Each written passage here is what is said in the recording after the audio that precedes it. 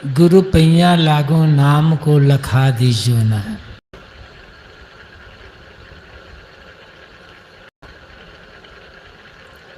घट अंधियार नयन नहीं सूझे, ज्ञान के दीप जला दीजो ना। जन्म जन्म का सोवल मनुआ, शब्दन मार जगा दीजो ना। गहरी नदिया अगम बह धरवा, खेय के पार लगा दीजो न। विष की लहर उठत घट अंतर, अमृत बूंद चुवा दीजो न। धर्मदास की अरज गोसाई, अब की खेप निभा दीजो न।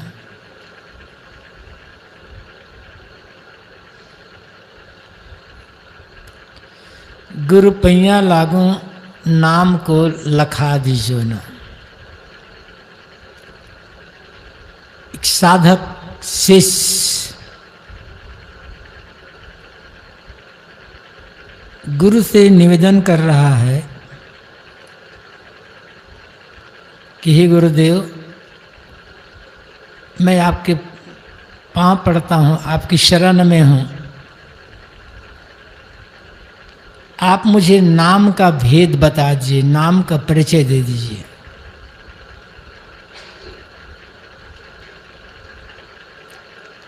विभिन्न धार्मिक परंपरा में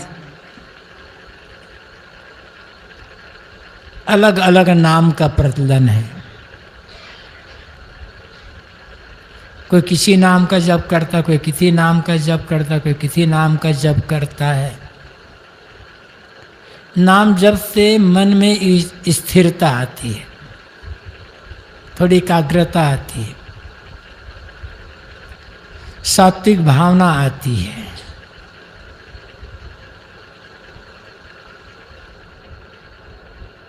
लेकिन यहाँ नाम का तात्पर्य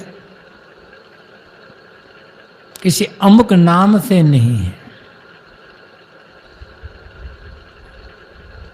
नाम रखा जाता है व्यवहार के लिए। नाम वैसे अपने आप में कुछ नहीं है, किंतु बिना नाम के व्यवहार चल नहीं सकता है।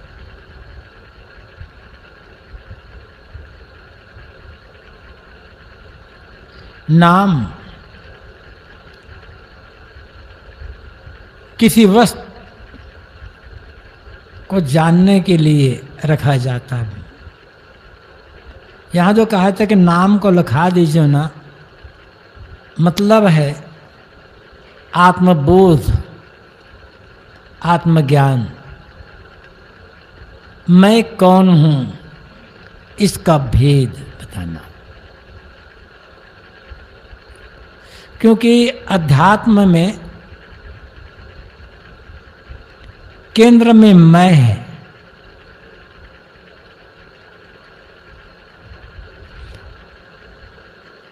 किसी भी मत पंथ का साधक हो,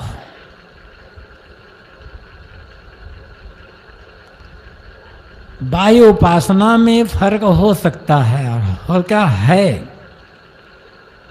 लेकिन अध्यात्म में केंद्र में मैं है। अध्यात्म के केंद्र में कोई ईश्वर ब्रह्म परमात्मा नहीं है, मैं अर्थात आत्मा है। क्योंकि हम अपने लिए ही सब कुछ को चाहते हैं। मैं ही ना होता तो ईश्वर की आराधना कौन करता है? मैं ना होता तो ईश्वर की चाहना कौन करता है? मैं ना होता तो ईश्वर की आवश्यकता किसे होती? और मैं ना होता अर्थात मैं कहने वाला, मैं से मतलब किसी व्यक्ति विशेष से नहीं है। मैं कहने वाला ये जो जीव है, आत्मा है, ये न होता तो ईश्वर की कल्पना भी कौन करता।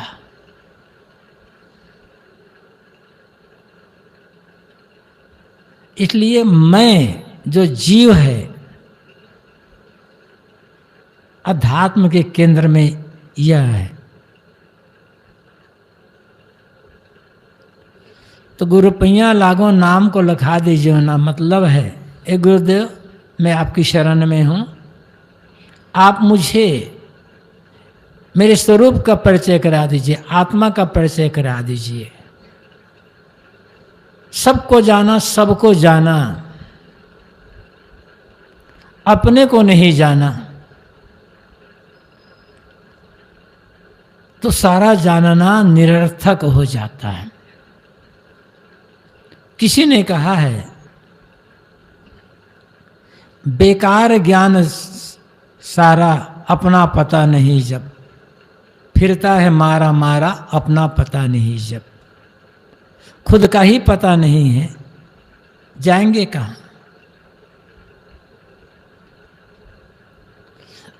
उपनिषद में कहा गया है, यदा चर्म वदा काशम वेष्टचंति मानवः तदा देम अभिज्ञाय दुख शांतो भविष्यति। जब आदमी ये पूरे आकाश को चाम के समान लपेट लेगा, तब आत्मा को जाने बिना भी वह दुखों से मुक्त हो जाएगा। मतलब जिस प्रकार आकाश को चाम के समान लपेटा नहीं जा सकता, असंभव है, उसी प्रकार आत्मा को जाने बिना कोई भी व्यक्ति दुख से मुक्त हो नहीं सकता है।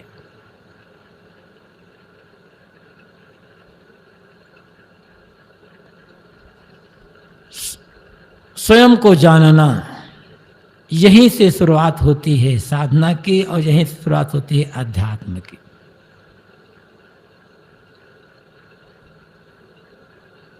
जितने भी ज्ञान है बाहर का, सारा ज्ञान शरीर निर्वाह तक ही है, बस इससे अधिक कुछ नहीं हो सकता है। आत्मज्ञान के बिना कोई भी ज्ञान आदमी को दुख और शोक से मुक्त नहीं कर सकता है।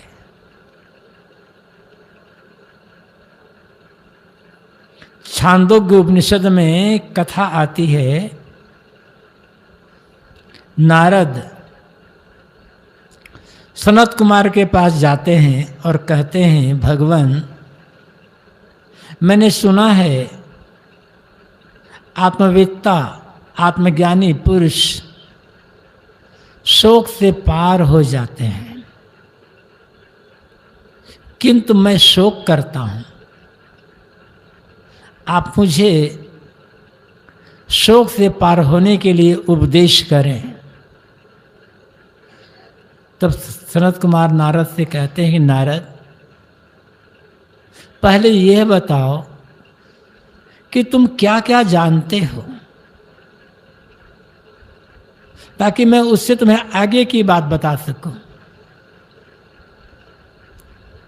तब नारद कहते हैं, भगवान मैं ऋग्वेद, यजुर्वेद, सामवेद, अथर्ववेद, आयुर्वेद, धनुर्वेद, ये सब जानता हूँ, 6 वेदांग जानता हूँ, सर्व विद्या, नृत्य विद्या, गंधर्व विद्या, भौतिक विद्या, और एक लंबी सूची वहाँ प्रस्तुत की गई है कि ये सब मैं जानता हूँ, किंतु मैं शोक करता हूँ।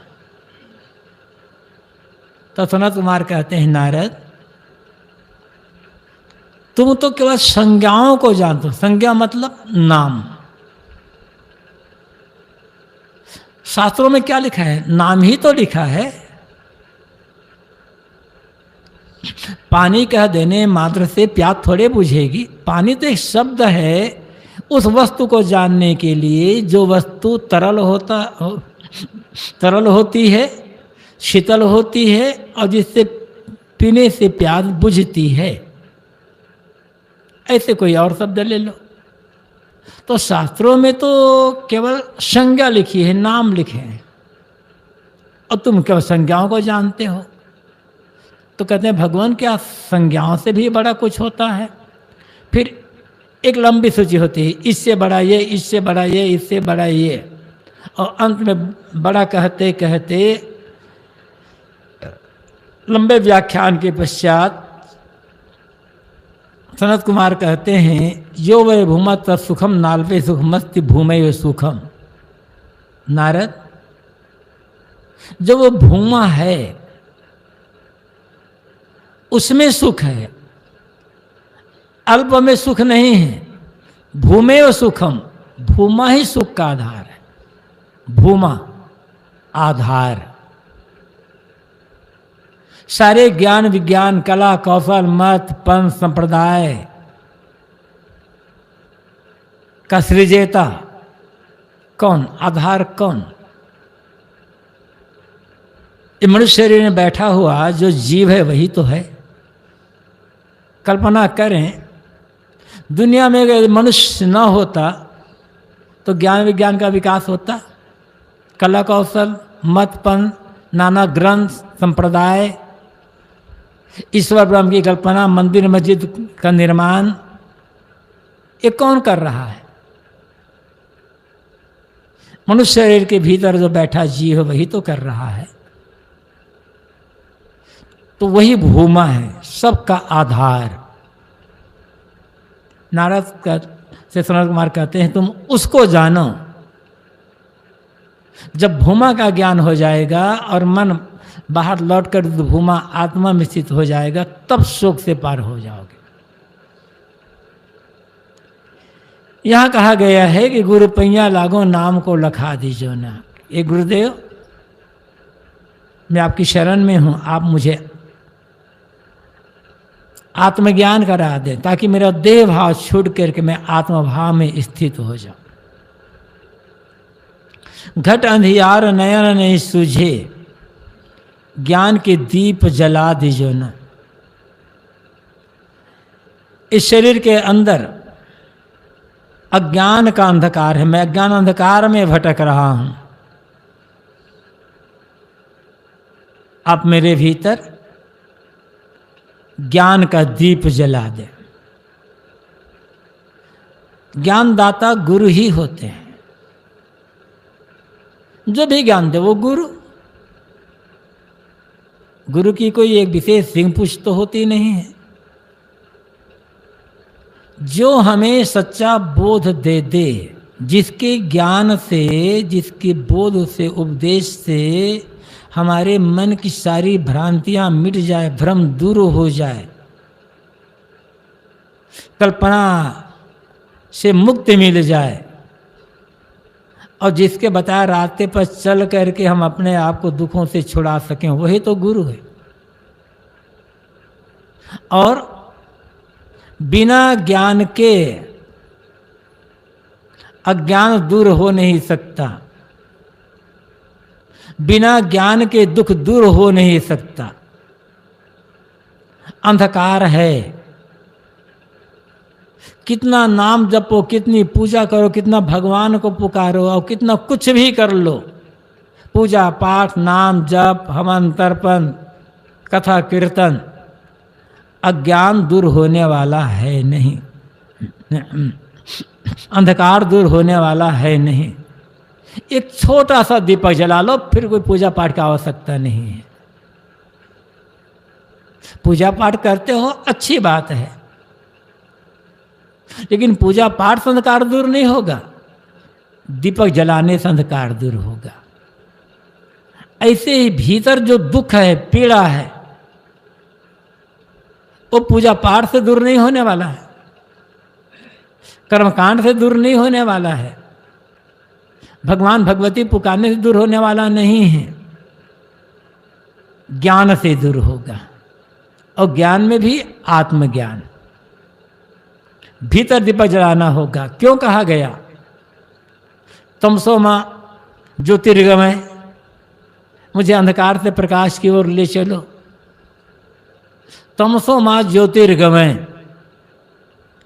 असतो माँ सदगमय, मृत्युर्माँ अमृतम गमय। मुझे अंधकार से प्रकाश की ओर ले चलो, असत्य से सत्य की ओर ले चलो, और मृत्यु से अमरता की ओर ले चलो। जो हमें अज्ञान से ज्ञान की ओर, असत्य से सत्य की ओर और मृत्यु समर्था की ओर ले जाए, वही तो गुरु है। तो ज्ञान का दीप, ये जो बाहर हम दीप जलाते हैं, इससे बाहर का अंधकार दूर होता है, भीतर का अंधकार दूर नहीं होता। और बाहर दीप जलाने की आवश्यकता है। रात्रि में यदि दीप न जलाया जाए तो फिर अंधकार दूर कैसे होगा और व्यवहार का काम कैसे होगा। लेकिन बाहर दीप जलाते जलाते ये बात भूल गए कि भीतर भी दीप जलाने की आवश्यकता है। कहाँ कहाँ हमने दीप नहीं जलाया है? घर में तो जलाते ही हैं, खेत खलिहान में लोग दीप जलाते हैं, मंदिरों में दीप जलाते हैं, देवस्थान में दीप जलाते हैं, ठीक है। लेकिन भीतर मंदिरों में जाकर, तीर्थों में जाकर कितना भी दीप जला लो, कितना भी दीप जला लो, भीतर का अंधकार दूर होने वाला है नहीं। आप दीप जलाएं मंदिर में या कहीं अन्य जगह, धार्मिक स्थलों में, तीर्थों में कहीं दीप जलाएं, लेकिन साथ साथ ये होना होगा कि भीतर ज्ञान का, धर्म का, भक्ति का दीप जला है या नहीं जला है, इस बात पर विचार करें। और जब भीतर ज्ञान, भक्ति, धर्म का दीप जल गया तो बाहर भले अंधकार रहेगा, भीतर प्रकाश हो गया तो हमारा दुख दूर हो जाएगा, हम मंदिर तक पहुंच जाएंगे। बाहर का प्रकाश बाहर की मंजिल तक पहुंचाएगा, लेकिन बाहर का प्रकाश आत्म मंजिल तक या मुक्ति मंजिल तक पहुंचा नहीं सकता है। उसके लिए भीतर ज्ञान का प्रकाश चाहिए। तो भीतर घट अंधियार, इस शरीर के भीतर अंधकार है, और अंधकार अज्ञान का अंधकार। अनादिकाल से अज्ञान अंधकार में हम भटकते आ रहे हैं और आज भी अज्ञान में ही जीवन जी रहे हैं। जितना जीवन बीता मानो अज्ञान में ही बीता, नासमझी में ही बीता है। किंतु अपने अज्ञान को समझना भी बहुत कठिन होता है। कोई विनम्र साधक वही समझ सकता है, अन्यथा हम जीते हैं अज्ञान में और भ्रम रहता है ज्ञानी होने का। ये ज्ञानी होने का जो भ्रम है जल्दी दूर नहीं हो पाता।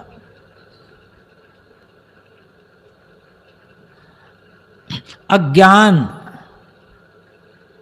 उतना नहीं भटकाता है आदमी को जितना ज्ञानी होने का भ्रम भटकाता है। अज्ञानी आदमी तो एक बार उसे समझाया जा सकता है, लेकिन जिसे ज्ञानी होने का भ्रम हो गया है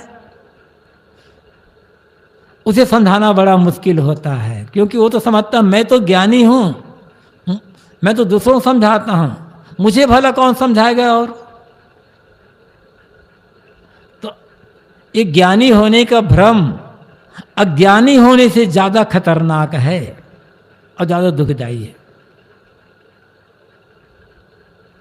बात यहां यह है कि हमारा जीवन अज्ञान में ही व्यतीत हो रहा है, किंतु स्वीकार करना बड़ा कठिन। किसी को भी आप पूछें कि आप ज्ञानी है कि अज्ञानी, जो साधक होगा जो सचमुच का ज्ञानी होगा वह कहेगा भैया मैं तो अज्ञानी हूं। अन्यथा उत्तर क्या मिलेगा? मैं तो ज्ञानी हूं। अपने को कौन अज्ञानी मानेगा? कोई अपने कोई ज्ञानी मानता नहीं है। हाँ, लेकिन कोई दूसरा कह दे कि तुम अज्ञानी हो तो बड़ा दुख हो जाता है मन में, और दुख ही नहीं होता, गुस्सा भी आ जाता है। कोई हमें कह दे कि आप तो बड़े ज्ञानी हैं, संभालना मुश्किल अपने आप को, स्वीकार कहाँ करते हैं। लेकिन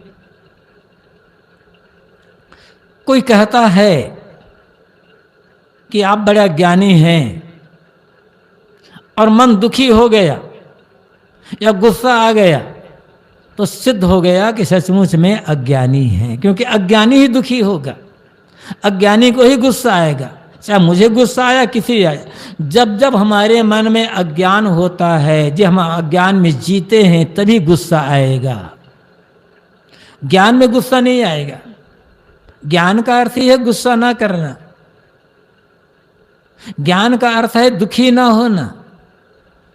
और सोच लें, यदि मन में दुख है, चिंता है, भय है, तनाव है,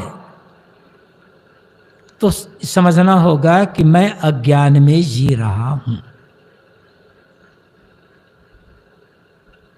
और ये दुख, चिंता, भय, तनाव, लोभ, लालच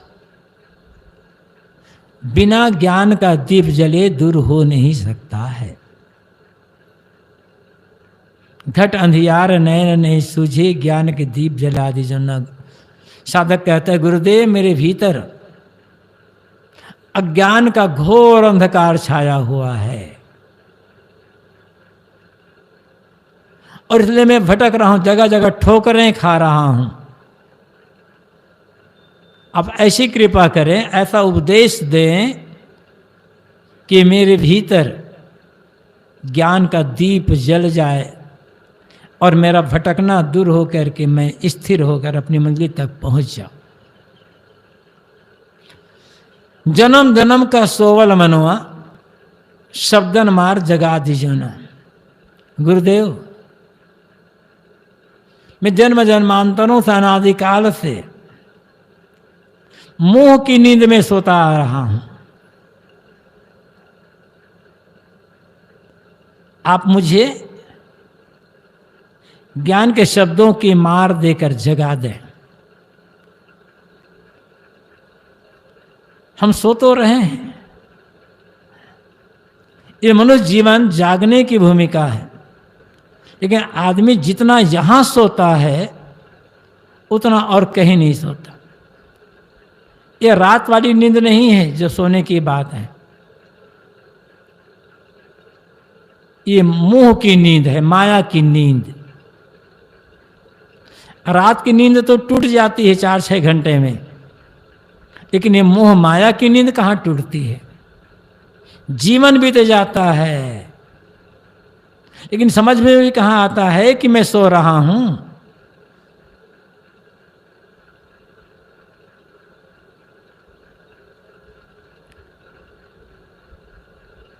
सो रहे हैं क्योंकि सोया हुआ आदमी को पता नहीं चलता कि मैं सो रहा हूं। वो तो जागने के बाद पता चलता है ना कि मैं सो रहा था। ऐसे ही जब ज्ञान होता है तब पता चलता है कि मैं सो रहा था मोह की नींद में। मोह टूटने पर पता चलता है। साहब ने कहा है, संतों जागत नींद न कीजिए। ऐ संतों जागते रहो, नींद मत लेना। नींद है असावधान हो जाना, जागना है सावधान होना। बेहोशी, बेहोशी सो जाना है, होश में आना जागना है। अब पूरी जिंदगी बेहोशी में बीतती है। गलत खाते हैं, गलत पीते हैं, गलत बोलते हैं, गलत सोचते हैं, गलत काम करते हैं, सब यही तो है। कहाँ हम जाग रहे हैं? मोह निशा सब सोवन हारा, देखें स्वप्न अनेक प्रकारा। ये मानस में गोस्वामी जी कहते हैं, सब मोह की निशा में सो रहे हैं। यही जग जामनी जागे ही जोगी, परमार्थी प्रपंच वियोगी। जागता कौन है दुनिया में? योगी जागता है। योगी से मतलब साधक।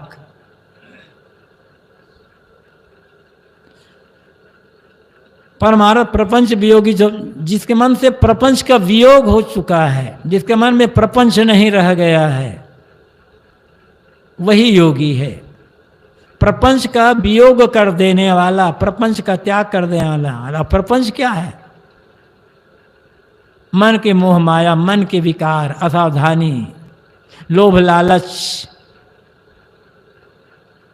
राग रंग की भावना, यही सब प्रपंच है। इनका जो वियोग कर देता है वह योगी है। कैसा कपड़ा पहनता है, कहाँ रहता, कोई मतलब नहीं होता।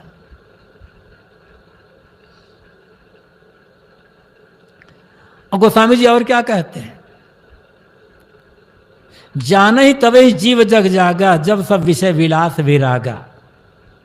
मैं जाग गया, ये तब समझना जब सारे विषयों का जो विलास है उससे दूर हो जाओ। जब सब विषय विलास विरागा, विषय विलास से विराग हो जाना, विषयों का विलास का मोह टूट जाना, कहीं मन का न चिपकना, ये जागना है।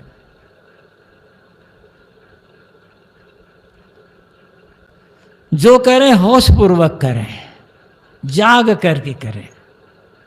जागा हुआ आदमी झूठ नहीं बोलेगा, जागा हुआ आदमी गाली नहीं देगा, जागा हुआ आदमी गलत नहीं खाएगा, जागा हुआ आदमी गलत काम नहीं करेगा। जितने भी गलत काम हैं सब सो करके होता है। मतलब सो कर मतलब मन सोया हुआ है, असावधानी। जागा हुआ आदमी गलत क्यों बोलेगा? ये समझना होगा, चाहे कोई हो, जब जब हमारे मन से गलत शब्द निकलते हैं हमारी जबान से, तब तब हो क्योंकि हम सो रहे हैं। पूरी जागृति हो, पूर्ण होश हवास हो, पूर्ण ज्ञान में डूबा है मन, जबान से गलत शब्द कैसे निकलेंगे? लड़ाई झगड़ा कैसे होगा? कलह विवाद, तू मैं कहाँ होगा? तो जन्म जन्म का सोवल मन, जन्म जन्मांतरों से सोते आए हैं। जागने की भूमिका मानव जीवन, लेकिन यहाँ आकर के इतनी गहरी नींद लगती है कि क्या कहना। जितना मोह में आदमी पड़ा है, जानवर कहाँ मोह में पड़ा है। एक गाय को बच्चा पैदा हुआ, गाय ने जीभ से चाट करके उसका साफ कर दिया, बच्चा उछलने करने लग गया। बस 6 महीना साल भर गाय दूध पिला दे, उसके बाद बछड़ा कहीं गाय कहीं, कोई मोह माया नहीं, किसी मतलब नहीं है। साथ में रहते भी कोई मतलब नहीं।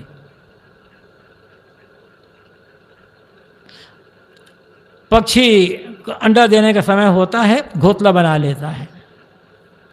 पक्षी ने अंडा दिया, अंडे का सेवन किया पक्षी, अंडा फूटा, बच्चे निकले, पक्षी उड़ उड़ करके जाता है, कहाँ से कीड़े या अन्न के दाना चुन चुन कर डालता है, बच्चों के मुख में डालता है। 4 दिन बाद बच्चे उड़ गए, कहाँ चले गए कोई मतलब नहीं है। जब तक छोटे थे, उड़ने लायक नहीं थे, तब तक चारा खिला रहा था। उड़ गया, बस कोई मतलब नहीं है, कोई मोह नहीं, कोई शिकायत नहीं। और आदमी को देखो, अपना बच्चा तो चलो पैदा किया, पाला पोसा, लिखाया, पढ़ा बनाया। अब बच्चे का बच्चा, फिर उसका बच्चा पता नहीं कितना कितना क्या कर लेगा। आदमी यदि जीता रह गया ना, 1000 साल भी आदमी की उम्र हो जाए तो कल्याण नहीं करेगा। बच्चे के बच्चा, उसका बच्चा, उसका बच्चा, उसका बच्चा, उसके लिए पता नहीं, उसके लिए कुछ न कुछ करता रहूं, यही होगा। यही तो सोना है। और मान लो बच्चा नालायक निकल गया, उद्दंड, उन्मादी, अब पिता बूढ़ा है,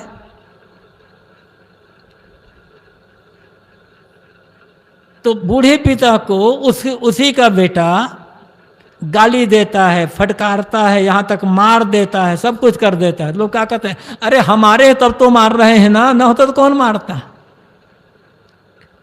कितनी बढ़िया बात है, यही तो सोना है। तो जन्म जन्म का सोवल मनवा, सद्दन मार जगा दीजो नशा। गुरुदेव में अनादिकाल से अज्ञान मोह माया की नींद में सोते हुए आ रहा हूं। आज आप मिल गए, मुझे शब्दों की चोट दे करके इस मोह माया अहंता ममता की नींद से जगा दें, ताकि मैं आपके बताए रास्ते पर चल सकूं, अपना कल्याण करना। गहरी नदियां अगम बह धरवा, खेय के पार लगा दीजिए ना। नदी बड़ी गहरी है, धारा तेज बह रही है। गुरुदेव मेरी जीवन नाव को खे करके आप उस पार लगा दें। यह नदी बाहर की नदी नहीं है, भीतर की नदी है। ये मन की नदी बड़ी गहरी है। वासना का प्रवाह इतना तेज है कि ज्ञान के पैर, विवेक विचार के पैर टिक नहीं पाते हैं।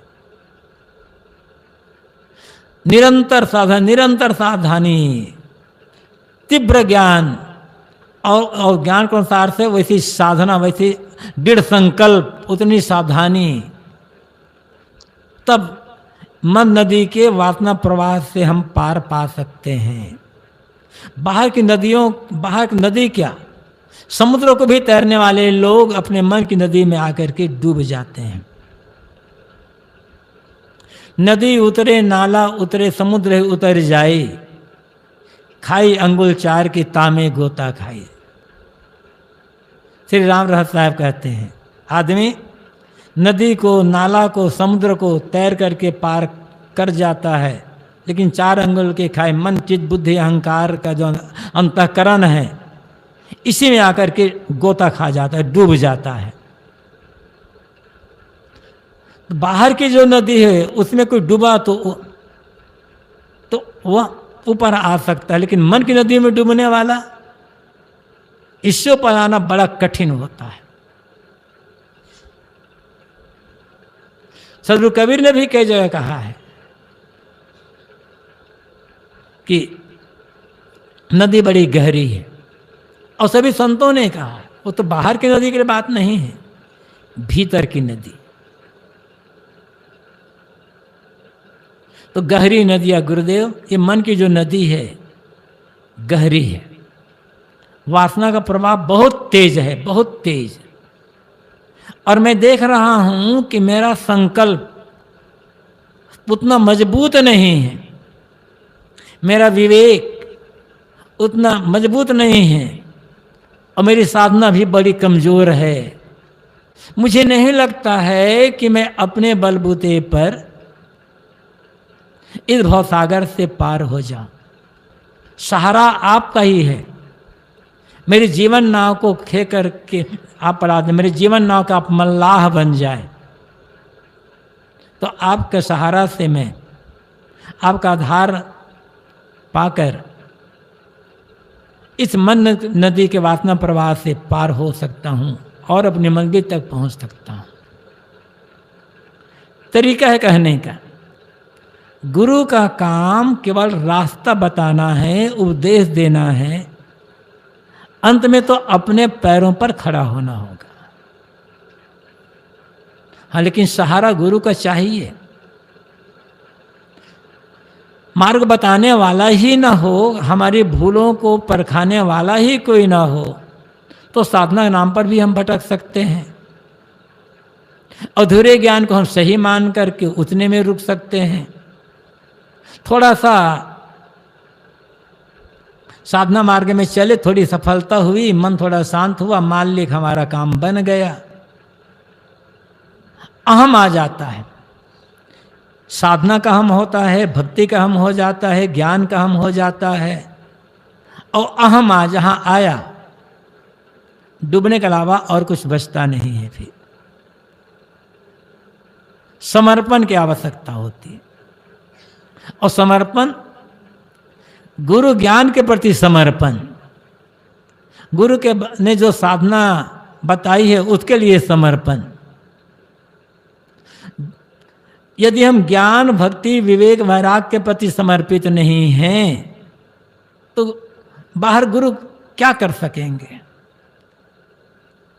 गुरु तैर करके पार हो चुके हैं और हमें तैरने का रास्ता बता रहे हैं, लेकिन हम तैरना ही नहीं चाहते, तो हमारे हाथ पैर को पटक कर तो गुरु तैराएंगे नहीं हमको।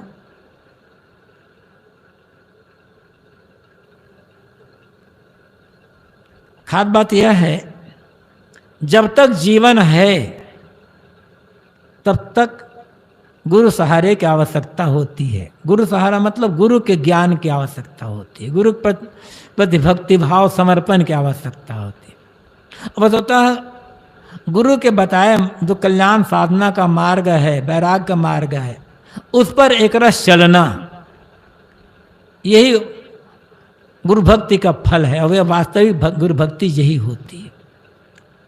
तो गहरी नदियाँ अगम बहे धरवा, खेक पार लगा दीजिए ना गुरुदेव, मेरी जीवन नाव डगमगा रही है, आप इसे पार लगा दें, आपका ही सहारा है, अन्यथा वासना प्रवास से अपने बचाना बड़ा मुश्किल है। निरंतर साधना, निरंतर दो चीज है, एक गुरु ज्ञान का निरंतर मनन और आचरण, और दूसरी निरंतर सावधानी। संसार में सर्वत्र भूलने भटकने के साधन हैं, प्रलोभन, प्रलोभन मिलते रहेंगे, अपने को प्रलोभन से बचाना होगा, और प्रलोभन अनेक प्रकार के, किसी भी प्रलोभन दोनों से मुझे दुर्बल और कमजोर बना दे रहा है। इस विष की लहर को मारने के लिए आप मेरे अंतःकरण में, मेरे भीतर अमृत की बूंद चुआने की कृपा करें। सोचें, अंतःकरण में कैसी कैसी लहरें उठ रही है और किस किस की लहरें उठ रही है। बाहर कोई तालाब है, कोई नदी है, कोई समुद्र है, उसमें लहर जो उड़ती है वे लहरें दिखाई पड़ती है।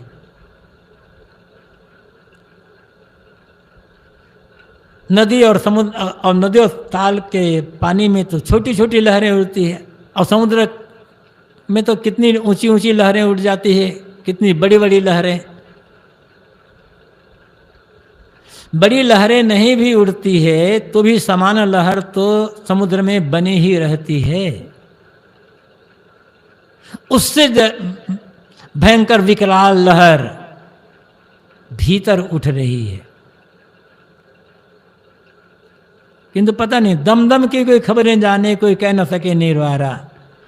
साहब कहते हैं कि प्रत्येक पल भीतर में क्या क्या लहरें उठ रही है खबर नहीं है, आदमी निर्वार नहीं कर सकता। तो हमें देखना है कि हमारे अंदर मन में कैसे कैसे लहरें अब वो भी लहरें हैं विष की लहर, कभी काम की, कभी क्रोध, कभी लोभ, कभी मोह, कभी ईर्ष्या द्वेष, कभी और कुछ। निरंतर कहाँ है मन शांत? जो हमें विचलित कर दे वही तो है। हर समय मन विचलित विचलित विचलित होता रहता है, स्थिर कहाँ रहता है।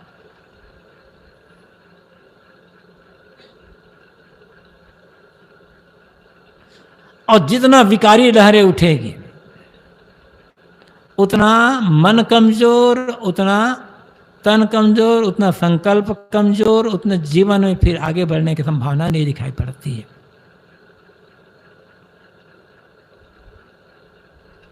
और जब हमने इस लहर को मान लिया, ये तो लहर तो उठेगी ही उठेगी,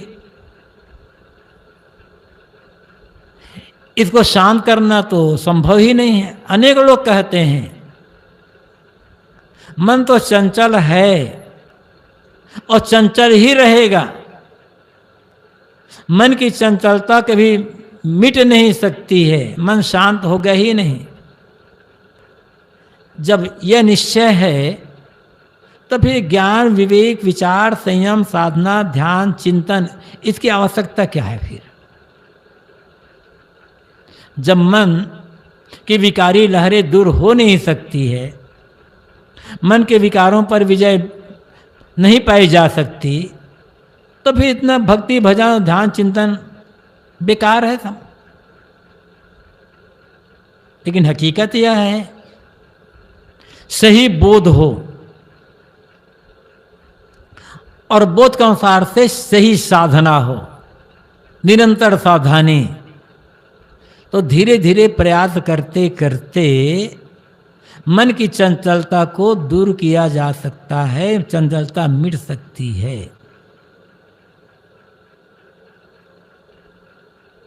गीता में जहां बात आई मन की चंचलता मिटाने के लिए, अर्जुन ने कहा महाराज आप कहते हो कि मन को शांत करो, मन को शांत करो, मन को वश में करो। ये मन को वश में करना तो बड़ा कठिन काम है। ये मन को वश में करना तो वैसा ही है जैसे हवा को मुट्ठी में पकड़ करके रखना। चंचलम ही मना कृष्ण परमाति बलवत दृढ़म तस्याहम निग्रहम मन्ये वायोरीश दुष्करम। हे कृष्ण, ये मन तो प्रमथन स्वभाव वाला है, बड़े बड़े बलवानों को भी मथ करके रख देता है। बड़े बड़े सूरवीर पर विजय पाने वाले भी मन से हार जाते हैं, उनको भी मन पछाड़ देता है। इसलिए मैं तो मानता हूं कि मन को बस में करना वैसा ही कठिन है जैसे हवा को मुट्ठी में पकड़ करके रखना। अर्जुन ने जब कहा तो श्री कृष्ण कहते हैं अर्जुन तुम्हारी बात सच है। असंशयम महाबाहो मनो दुर्निग्रहम चलम अभ्यासेन तो कौन्ते वैराग्येन च गृह्यते। निश्चित है महाबाहु अर्जुन,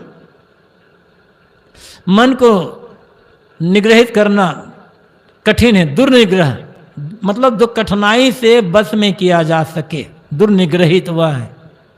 किंतु अभ्यास और वैराग्य, अभ्यास किसी बात को बार बार दोहराना, अभ्यास पुनरावृत्ति, रिपीटेशन, अभ्यास। और वैराग्य आसक्ति का त्याग। वैराग्य कहीं ना ललचाना, कहीं प्रलोभन में ना पड़ना, मन के विकारों में ना बहना, इससे दूर होगा। तो दर्शन में भी यही बात कहा गया अभ्यास वैराग्य अभ्यम तन्निरोध। यहाँ की बात इतनी है, विष की लहर उठत घट अंतर अमृत बूंद चबा दीजिए ना। निरंतर विष की बूंद, विष की लहर उठ रही है। किस समय कौन सी लहर उठ जाए कहा नहीं जा सकता। कभी लहर छोटी होती है, कभी लहर बड़ी ऊंची और बड़ी हो जाती है। अमृत ज्ञान, विवेक, विचार, भक्ति, सेवा, साधना, संयम, जो सद्गुण है, सदाचार है, आत्मा की अमरता का बोध है, ये अमृत के समान है। जितना इनका चिंतन होगा, ज्ञान का, विवेक का, विचार का, सेवा भक्ति का, संयम साधना का, इनकी बातें सोचते रहें, किसी सकारात्मक विचार में मन डूबा हुआ है, सेवा में लगा हुआ है, तो विकारी लहरें नहीं आएगी, आएगी तो शांत हो जाएगी। इसलिए यदि चाहते हैं कि मन में विकारी लहरें ना आए, मन हमें परेशान ना करे, तो या तो किसी सेवा के कार्य में लगे रहें, जिस काम से अपना भला हो, दूसरे का भला हो, ऐसे कामों में अपने को नियोजित करके रखें। और सेवा का समय नहीं है तो स्वाध्याय करें, स्वाध्याय भी नहीं कर रहे हैं, लेटे हुए हैं, तो ज्ञान विवेक विचार का चिंतन करें, सकारात्मक चिंतन करें, तो कम से कम विकारी लहरें उठेगी, फिर धीरे धीरे मन शांत होता चला जाएगा अभ्यास से। रास्ता कुछ और है नहीं इसके अलावा। और ये काम हम नहीं करते। कोई काम करते हैं वहां भी लोभ है, लालच है, स्वार्थ है। सेवा भी कर रहे हैं, भक्ति भी कर रहे हैं, तो दिखावा है। सेवा भी कर रहे हैं तो इसलिए करते हैं कि लोग हमें अच्छा माने, हमारी प्रशंसा करें, तो गलत भावना ही वहां पर है, तो मन चंचल तो होगा ही होगा। चंचलता मिटे कैसे? वो तो वही तो विष है। सेवा के फल में, भक्ति के फल में यदि कोई चाहना है तो वो विष है, समझना। वो सेवा और भक्ति नहीं है। जब कोई चाहना ना हो, केवल अंतःकरण की शुद्धि हो, बस एक कर्तव्य भावना से करें। और इसलिए करें कि इस सेवा से मेरे चित्त का मल दूर होगा, चित्त शुद्धि के लिए करेंगे, तो फिर विष की लहर नहीं आएगी। और कोई चाह रखे मुझे लोग अच्छा माने, मेरी प्रशंसा करें, मेरा सम्मान करें, तो विष तो शुरू ही हो गया। विष की लहर उठत घट अंतर, अमृत बूंद चुवा दीजिए। इसलिए साधक कहता है, गुरुदेव अमृत की बूंद, ज्ञान विवेक विचार की बूंदे मेरे अंतःकरण में चुवा दें, मुझे इसकी सीख दे दें, ताकि अमृत बूंदे चूते रहेगी, इनका मैं पान करता रहूं, तो विकारी लहरें, विष की लहर ना आने पाए। धर्मदास की अरज गोसाई, अब की खेप निभा दीजिए। खेप बारी, छत्तीसगढ़ी वाले तो जानते ही खेप किसे कहते हैं। गुरुदेव अब की बार जैसा भी हो आप पहुंच, चाहे जैसे भी मेरा सावधान हो, आप मुझे अब की बार निभा लें, अब की अपनी शरण में लगा लें। यदि आप ही दुत्कार देंगे तो फिर मैं कहाँ जाऊंगा, किसकी शरण में जाऊंगा? दुनिया से हार थक कर आपकी शरण में आया, और आप उदासीन हो जाए, मुझसे लापरवाह हो जाए, तो मैं कहाँ जाऊंगा फिर? तो अब की बार एक तो मुझे ये मानव जीवन मिला, और मानव जीवन में थोड़ी कल्याण की भावना जागृत हुई, फिर आप मिल गए। अब इन तीनों का यदि चुक गया तो आगे का ठिकाना ही नहीं है। मानुष तन सद्गुरु मिलन मोक्ष इच्छा होए, दुर्लभ तीनों परम है, पाए सुयोग न खोए। मनुष्य शरीर का मिलना कठिन, हम लोग सौभाग्यशाली हैं। मनुष्य शरीर भी मिला और सर्वांग संपन्न मिला। आंखें न होती तो, कान से सुनाना पड़ता तो, यदि गूंगे होते तो क्या करते, लूले लंगड़े होते तब, जन्म से रोगी होते या पागल होते तब क्या करते? कितना सौभाग्य के विचारा। हमारे पास ये नहीं, हमारे पास वो नहीं, हमारे पास वो नहीं है, शिकायत। जो जो मिला है, दृष्टि उधर है कि नहीं है? जो जो मिला है ना, उसकी याद करेंगे तो नहीं मिला है ये शिकायत मिट जाएगी। जो मिला है उसकी याद नहीं करते, जो मिला है उसका सदुपयोग नहीं करते, जो नहीं मिला है उसकी शिकायत में पड़े रहते हैं, जिंदगी भर उधर उसको पाने के लिए दौड़ते रह जाते हैं। बस ये दुख का कारण है। तो मनुष्य शरीर मिला, उसमें भी सर्वांग संपन्न, स्वस्थ, समझने बुझने की बुद्धि, उसमें भी सच्चे संत गुरु मिल गए, सही बोध देने वाले, विवेक विचारवन पारक ने विवेकी संत गुरुजन मिल गए। ये भी मिलना बड़ा कठिन है।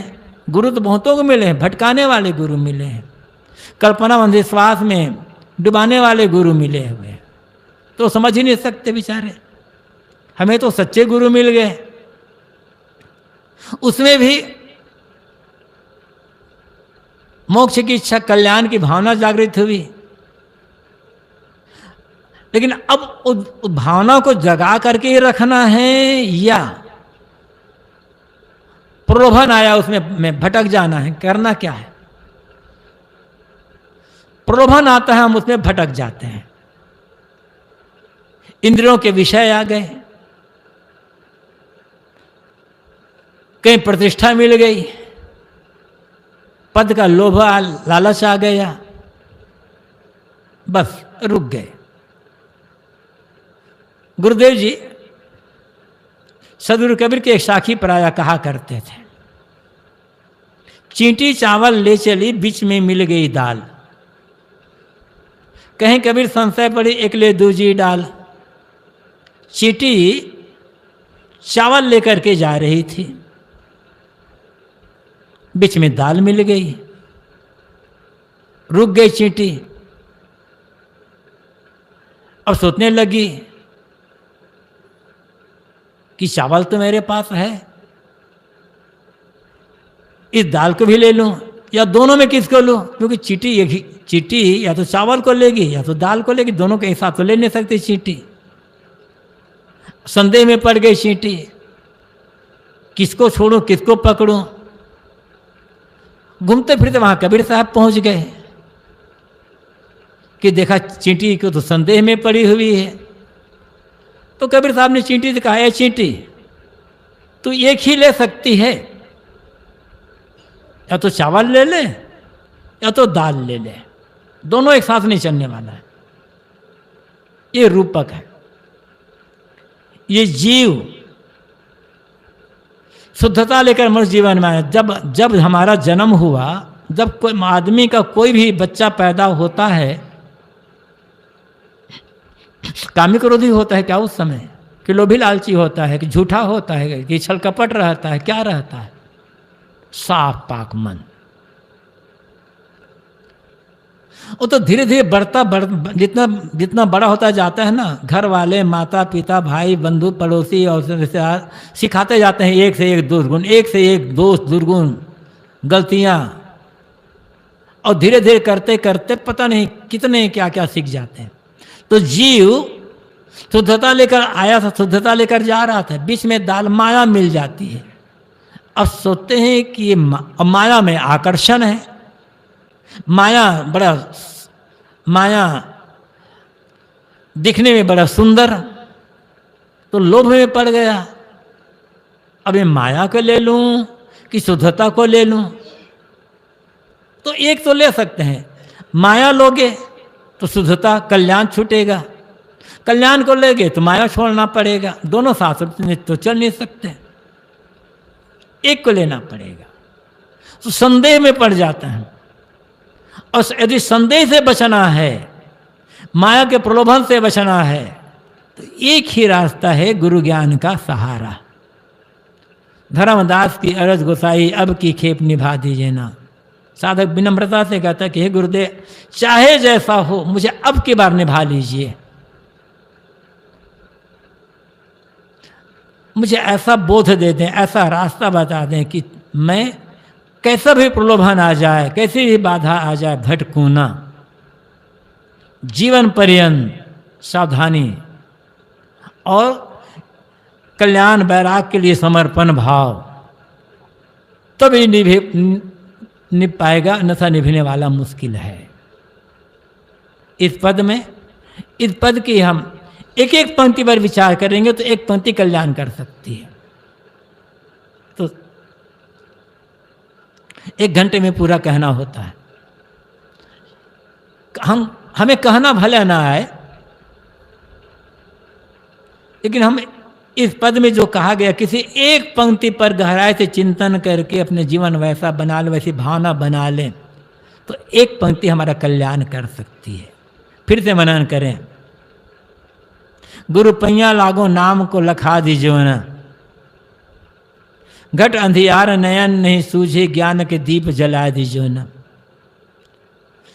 जन्म जन्म का सोवल मनवा, शब्दन मार जगा दीजो न। गहरी नदिया अगम बह धरवा, खे के पार लगा दीजो न। विष की लहर उठत घट अंतर, शब्दन मार जगा दीजो, अमृत बूंद चुबा दीजो न। धर्मदास की अरज गोसाई, अब की खेप निभा लीजो न। अहम शुद्ध चैतन्य ज्ञान स्वरूपम, अजरहम अमरहम अखंडम मनूपम। अहम शुद्ध चैतन्य ज्ञान स्वरूपम, अजरहम अमरहम अखंडम मनूपम। अहम शुद्ध चैतन्य ज्ञान स्वरूपम, अजरहम अमरहम अखंडम मनूपम।